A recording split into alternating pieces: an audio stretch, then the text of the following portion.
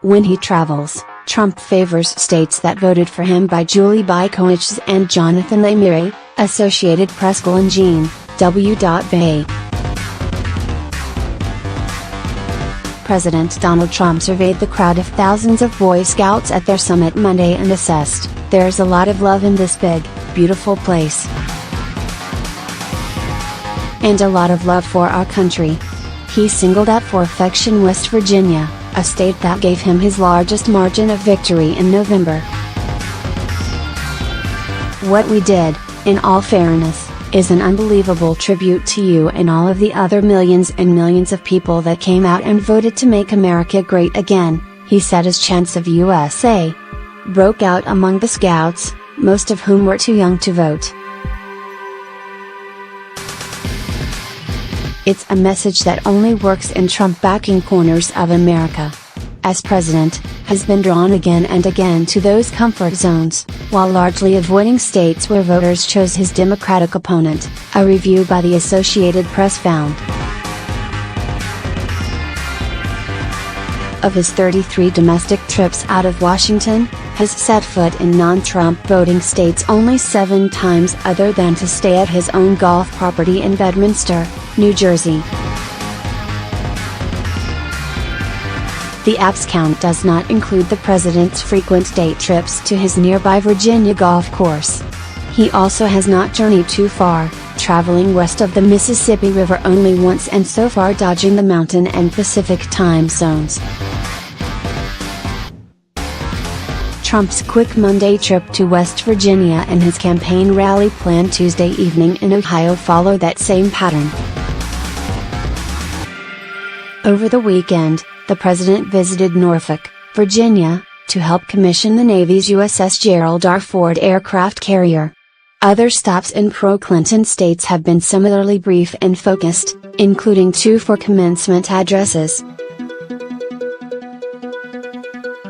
Far more common have been his sojourns to Trump country, where he can heap praise on voters without caveats.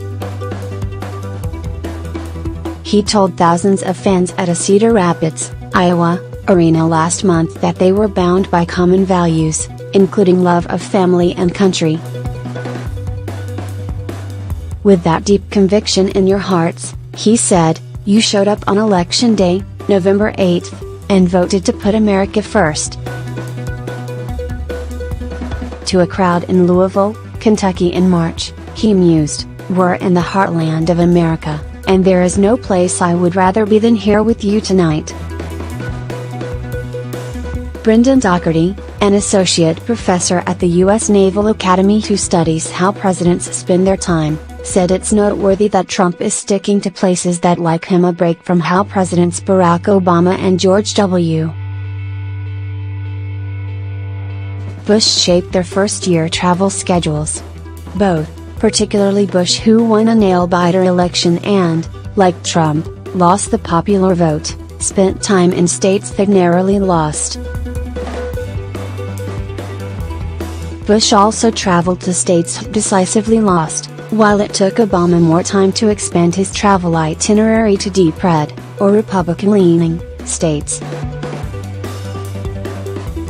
Bush hit the road extensively in his first 6 months, making 62 domestic trips to places other than Maryland and Virginia, according to Doherty's records.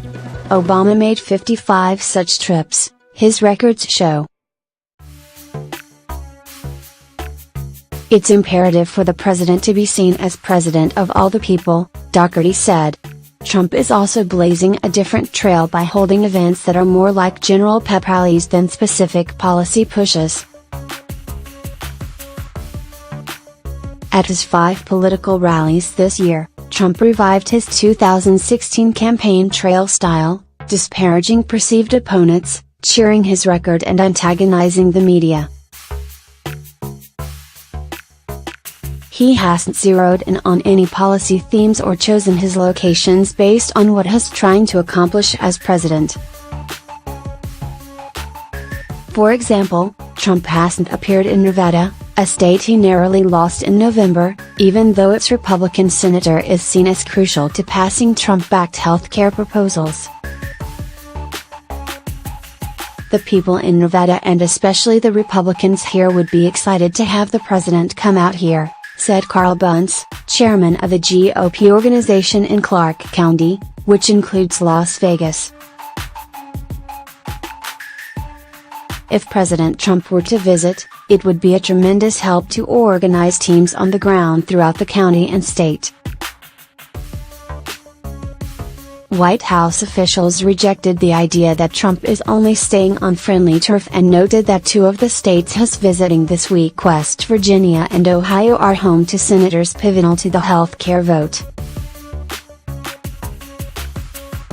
The upcoming rally is in Youngstown, Ohio, a county Trump lost in November's election. The president has had an incredibly robust schedule, and it reflects the accomplishments and promises he's made on issues like immigration, the economy and health care, said White House spokeswoman Lindsay Walters. Although Trump's base of support remains strong, other Americans have not warmed up to him.